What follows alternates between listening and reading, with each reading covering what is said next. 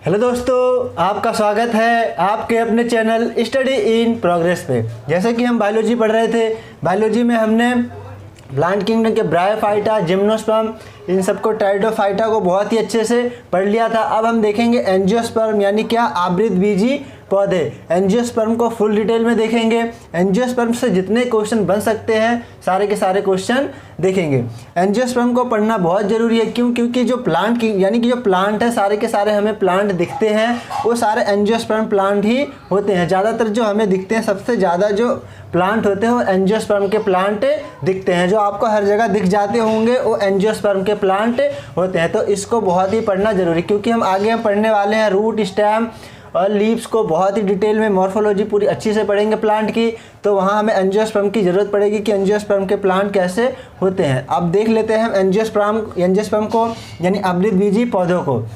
तो वीडियो शुरू करते हैं। वीडियो शुरू करने से पहले अगर आपने चैनल को सब्सक्राइब नहीं किया है तो चैनल को सब्सक्राइब कर लीजिए। उसके बगल में बने हुए बेल आइकन को भी प्रेस कर लीजिए, जिससे कि मैं कोई सी भी वीडियो डालूँ आपको तुरंत नोटिफिकेशन आ जाए और आप वीडियो देख पाए। तो शुरू करते हैं। एंजियोस्पर्म यानी आवृतबीजी पौधे, इसका मतलब क्या होता है? एंजियोस्पर्म यानी आवृतबीजी पौधों का मतलब क्या होता है कि ढका हुआ बीज, जिससे इसके नाम से ही पता चल रहा है ढका हुआ बीज। इसका मतलब क्या, इसके अंदर जो बीज होता है यानी जो सीड होता है वो कवर्ड होता है, किसी ना किसी लेयर से कवर्ड होता है। ठीक है, तो देखते हैं अब इसमें क्या होता है। इसमें आने वाले पौधों में सदैव बीज फल के अंदर होता है। जो भी बीज होता है, जितने भी फल लगते हैं, सारे के सारे फल जो इनके अंदर बीज होता है वो फल के अंदर होता है। तो फल बनता है, इसका मतलब क्या, इसमें फूल भी होगा। इसमें क्या होता है, पूरा अच्छे से वेल डिफाइंड फ्लावर होता है। फ्लावर से क्या बनता है? फ्लावर से बनता है फल, फल से फिर क्या बनता है? बीज। ठीक है, तो देखते हैं। ये शाक यानी हर्ब्स, श्रब, ट्री तीनों प्रकार के पाए जाते हैं। हर्ब्स मतलब क्या? शाक, और श्रब मतलब क्या? झाड़ियाँ, और ट्री मतलब क्या? वृक्ष। यानी जो छोटे से लेके बड़े प्लांट होते हैं वो सब किसके अंदर आ जाते हैं? एंजियोस्पर्म के अंदर आ जाते हैं, जिसमें फ्लावर होता है वो। ठीक है, जिसमें फ्लावर नहीं होता तो वो किस में आते हैं? ब्रायोफाइटा में। ठीक है, और क्या है, इसमें प्रजनन अंग यानी रिप्रोडक्टिव ऑर्गन पुष्प होता है। जो इसका रिप्रोडक्टिव ऑर्गन होता है वो क्या होता है? पुष्प। ये क्या हो सकते हैं? ये यूनिसेक्सुअल और बाइसेक्सुअल दोनों हो सकते हैं। इसका मतलब क्या कि एक ही फ्लावर में जो उनका रिप्रोडक्टिव पार्ट है, मेल और फीमेल दोनों एक ही में हो सकता है, या अलग अलग फ्लावर पे हो सकते हैं, लेकिन इसका रिप्रोडक्टिव ऑर्गन क्या होता है? फ्लावर होता है। तो क्वेश्चन आता है कि एंजियोस्पर्म का रिप्रोडक्टिव ऑर्गन क्या होता है? तो क्या होता है इसका आंसर? पुष्प होता है, यानी फूल होता है। नर पुष्प यानी मेल फ्लावर में क्या होता है उसका रिप्रोडक्टिव ऑर्गन? स्टेमन यानी पुंकेसर होता है। इस स्टेमन में क्या होता है? एंथर और फिलामेंट होता है। आगे हम फ्लावर को बहुत डिटेल में पढ़ेंगे, अभी हम बस देख रहे हैं एंजियोस्पर्म के अंदर क्या क्या होता है। जो मादा पुष्प यानी फीमेल फ्लावर होता है उसके अंदर क्या होता है? पिस्टिल और कार्पल। जो रिप्रोडक्टिव पार्ट है फीमेल का उसको क्या कहते हैं? पिस्टिल या कार्पल। इसके अंदर क्या आता है? ओवेरी और स्टिग्मा।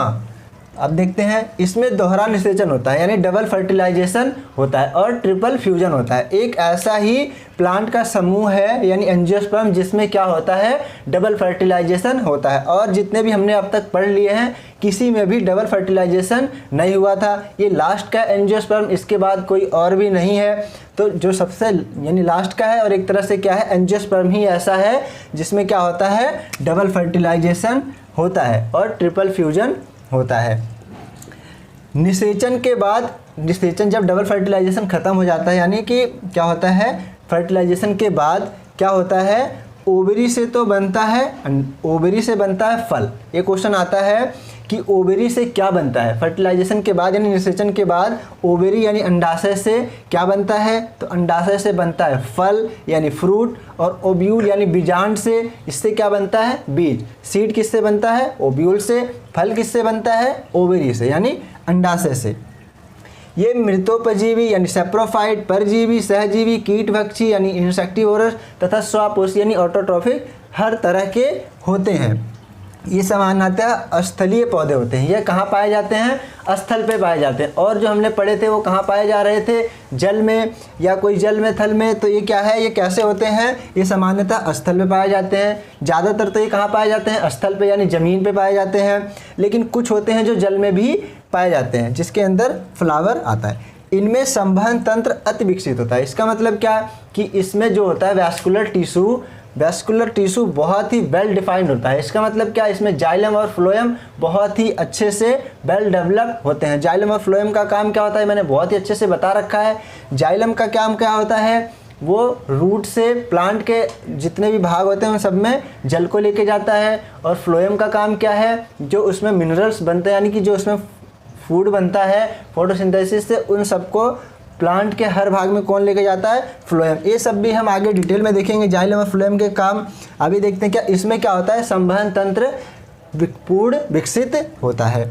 यह पादप जगत का सबसे बड़ा समूह है। एंजियोस्पर्म ही पादप जगत का सबसे बड़ा समूह है। इसमें सबसे ज़्यादा पौधे को रखा गया है। मनुष्य की अधिकांश पूर्ति इसी जगत से होती है। जैसे कि क्या, जैसे आम, अमरूद, ये सब किससे मिलते हैं, हमें एंजियोस्पर्म से ही मिलते हैं। तो अधिकांश जो मनुष्य की पूर्ति है किससे होती है, वो एंजियोस्पर्म के प्लांट से होती है। इनमें भोजन का संचय या भ्रूणपोष इंडोस्पोर या बीजपत्र कोटिलेडन्स में होता है।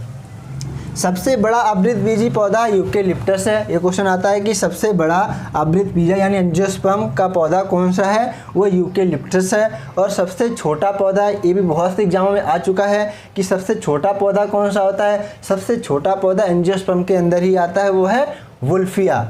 ठीक है, सबसे छोटा आवृतबीजी पौधा जिसमें यानी कि फूल लगता है कौन सा है, वो वुल्फिया है। इसमें पॉलिनेशन होता है। इसमें क्या होता है, पॉलिनेशन होता है। पॉलिनेशन मतलब क्या होता है कि जो मेल रिप्रोडक्टिव पार्ट होता है वो ट्रांसफ़र होके किसी ना किसी के माध्यम से वो क्या होता है, फीमेल रिप्रोडक्टिव पार्ट पे जाता है। इसको बोलते हैं पॉलिनेशन। यानी कि क्या, ट्रांसफ़र और male gamete to female gamete is called pollination. ठीक है, इसमें क्या होता है, पूरा फूल होता है। एक ऐसा ही एंजियोस्पर्म ही ऐसा समूह है जिसमें क्या होता है, पूरा फ्लावर पाया जाता है। पूरा फ्लावर मतलब क्या, जिन फ्लावर के जितने भी पार्ट होते हैं, यानी जैसे कि क्या, सेपल्स, पेटल्स, एंड्रोसियम, गाइनोसियम, ये सब क्या होते हैं, इसके अंदर पाए जाते हैं। पूरा फ्लावर इसके अंदर होता है। इसका वर्गीकरण क्या होता है, इसको दो भागों में बांटा गया है। कितने, दो भागों में बांटा गया है। क्या क्या, एक बीजपत्री और द्विबीजपत्री, यानी क्या, मोनोकोटिलेडन्स और डाइकोटिलेडन्स। एक बीजपत्री कैसे होते हैं, इनमें बीजों में केवल एक बीजपत्र यानी एक ही बीजपत्र पाया जाता है। लेकिन डाइकोटिलेडन्स जो होते हैं उनमें दो बीजपत्र पाया जाता है। जैसे कि क्या, जैसे मटर है, मटर को अगर हम बीज से तोड़ें, मटर के दाने को, तो वो दो भागों में डिवाइड हो जाता है। तो वो किसके अंदर आता है, डाइकोटिलेडन्स के अंदर। अगर हम गेहूं को देखें तो गेहूं का एक ही दाना होता है, सिंपल, वो क्या है, मोनोकोटिलेडन्स है। जैसे मक्का है, वो सब क्या है, मोनोकोटिलेडन्स है। मोनोकोटिलेडन्स में क्या होता है, इनमें जड़ें प्रायः विकसित नहीं होती, इनकी जड़ें बहुत छोटी छोटी होती हैं। लेकिन अगर हम द्विबीजपत्री में देखें तो द्विबीजपत्री में क्या होता है, इनकी जड़ें पूर्ण विकसित होती हैं। इनमें पुष्प, जो एक बीजपत्री होते हैं, इनमें जो पुष्प का यानी भाग होता है वो 3 के गुणांक में होता है। ठीक है, और जो इनमें होता है द्विबीजपत्री में, इनमें 4 या 5 के गुणांक में होता है। इनमें संवहन पुल कैम्बियम नहीं पाया जाता है। जो एक बीजपत्री होता है इनमें संवहन पत्र कोटिलेडन्स कैम्बियम नहीं पाया जाता है। इनके संवहन पुल में कैम्बियम नहीं पाया जाता है, लेकिन इनमें पाया जाता है। इनकी जड़ बहुत ही ज़्यादा विकसित होती है, किसकी, जो द्विबीजपत्री होते हैं। अब हम देख लेते हैं एक एक करके एंजियोस्पर्म, और यानी कि क्या, एंजियोस्पर्म के एक बीजपत्री और द्विबीजपत्री के अंदर कौन कौन से प्लांट आते हैं, उनको देखते हैं डिटेल में। सबसे पहले देख लेते हैं एक बीजपत्री। एक बीजपत्री क्या होते हैं वो देख लेते हैं। इसमें बीजों में केवल एक बीज पत्र पाया जाता है। इनकी जड़ें जो होती हैं वो प्रायः विकसित नहीं होती हैं, छोटी छोटी जड़ें होती हैं। तो देख लेते हैं, जैसे इनका कुल देख लेते हैं और इनके पौधे। कुल से भी क्वेश्चन आ जाते हैं, इसलिए इसको भी एक साथ ही देख लेते हैं कौन कौन से इसके अंदर आते हैं जिसमें एक बीज पत्र पाया जाता है। जैसे लिलिएसी एक फैमिली है यानी कुल है। लिलिएसी के अंदर आता है लहसुन, प्याज और सतावर। ऐसे ही ग्रैमिनी है, ये एक फैमिली यानी कुल है। ग्रैमिनी, इसके अंदर आता है गेहूं, मक्का, चावल, गन्ना, ज्वार, बाजरा, बांस इत्यादि। ऐसे ही एक पालमी है, इसके अंदर आता है नारियल, ताड़, सुपारी और खजूर। और ये म्यूजेसी है एक, म्यूजेसी के अंदर क्या आता है, केला। ये जितने के ये सारे हैं, इनमें क्या होता है, एक बीज पत्र पाया जाता है। अब देख लेते हैं जो द्विबीजपत्री होते हैं यानी डाइकोटिलेडन्स पौधे होते हैं उनको। इनका क्या होता है फंक्शन, इसके बीज जो होते हैं बीच में द्विबीजपत्र पाया जाता है। यानी इनका बीजपत्र जो होता है उसको अगर हम बीच से डिवाइड करें तो ये दो भागों में डिवाइड हो जाता है, यानी दो भागों में बट जाता है। इसके संवहन पुल में कैम्बियम पाया जाता है। जो मोनोकोट था उसके संवहन में क्या कैम्बियम नहीं पाया जाता था, लेकिन इसमें क्या है कैम्बियम पाया जाता है। इसमें पाया जाने वाला संवहन बंडल वलयाकार रूप में व्यवस्थित होता है। इनकी जड़ में जड़ तंत्र यानी अधिमूल यानी रूट कैप पाया जाता है। इनकी जो जड़ होती है उसके जहाँ उसका टॉप होता है यानी जो लास्ट पॉइंट होता है उस पर क्या पाया जाता है, रूट कैप पाया जाता है। इसके उदाहरण देख लेते हैं। इसके उदाहरण भी ऐसे ही देखेंगे, हम कुल देखेंगे और पौधे, यानी कि क्या कौन से कुल में ये या कौन सी फैमिली में आते हैं, क्वेश्चन ऐसे भी बन जाता है। इसके एग्जाम्पल सारे ये हैं, लेकिन हम इससे ऐसे देखेंगे कि किसके अंदर यानी कौन सी कुल के अंदर कौन सा पौधा आता है। तो क्या है, क्रूसीफेरी एक है फैमिली क्रूसीफेरी। क्रूसीफेरी के अंदर आता है मूली, सलजम, फूल गोभी, सरसों। कहीं कहीं सरसों को ब्रैसिकेसी के अंदर रखा हुआ है। मालवेसी, मालवेसी के अंदर क्या आता है, कपास, भिंडी और गुड़हल। लेग्यूमिनेसी यानी जितने लेग्यूम प्लांट होते हैं यानी जितनी दाल वाले प्लांट होते हैं वो सब किसके अंदर आते हैं, इसके अंदर लेग्यूमिनेसी के अंदर। इसके अंदर क्या है, कत्था, मटर, अरहर, मूंगफली, सोयाबीन, चना, मूंग इत्यादि ये सब क्या है, दालें हैं। और कंपोजिटी को देखते हैं, कंपोजिटा और गुलदाउदी ये सब क्या है, फ्लावर है। रुटेसी, रुटेसी के अंदर क्या है, नींबू, संतरा, मौसम्बी ये सब क्या है, खट्टे फल हैं जिस रुटेसी के अंदर आते हैं। कुकरविटेसी, कुकरविटेसी के अंदर आता है तरबूजा, खरबूजा, कद्दू और परवल। रोजेसी देखते हैं, रोजेसी के अंदर क्या आता है, सेब, नाशपाती, रसभरी और गुलाब। सोलनेसी, इससे क्वेश्चन बहुत एग्जामों में आता है। सोलनेसी के अंदर कौन सा आता है, आलू, बैगन, लाल मिर्च और टमाटर। ये सारे क्या हैं, ये द्विबीजपत्री पौधे हैं। आपको बहुत ही अच्छे से एंजियोस्पर्म यानी अवृतबीजी पौधे का जनरल फीचर समझ आ गया होगा। कल हम देखेंगे एंजियोस्पर्म का इकोनॉमिक इंपॉर्टेंस। इसका इकोनॉमिक इंपॉर्टेंस देखेंगे बहुत डिटेल में, क्योंकि वहाँ से भी क्वेश्चन बन जाता है, तो उसे देखते हैं कल। अगर आज की वीडियो आपको अच्छी लगी हो तो वीडियो को ज़्यादा से ज़्यादा शेयर करें और चैनल को सब्सक्राइब करें ऐसे ही अच्छे से बायोलॉजी को फुल डिटेल में पढ़ने के लिए। वीडियो को ज़्यादा से ज़्यादा शेयर करें, ज़्यादा लोगों तक पहुँचे, ज़्यादा लोग देखेंगे तो मैं ज़्यादा मोटिवेट होऊंगा और अच्छी से अच्छी वीडियो बनाऊँगा। तो वीडियो देखने के लिए आपको बहुत बहुत धन्यवाद। Thank you.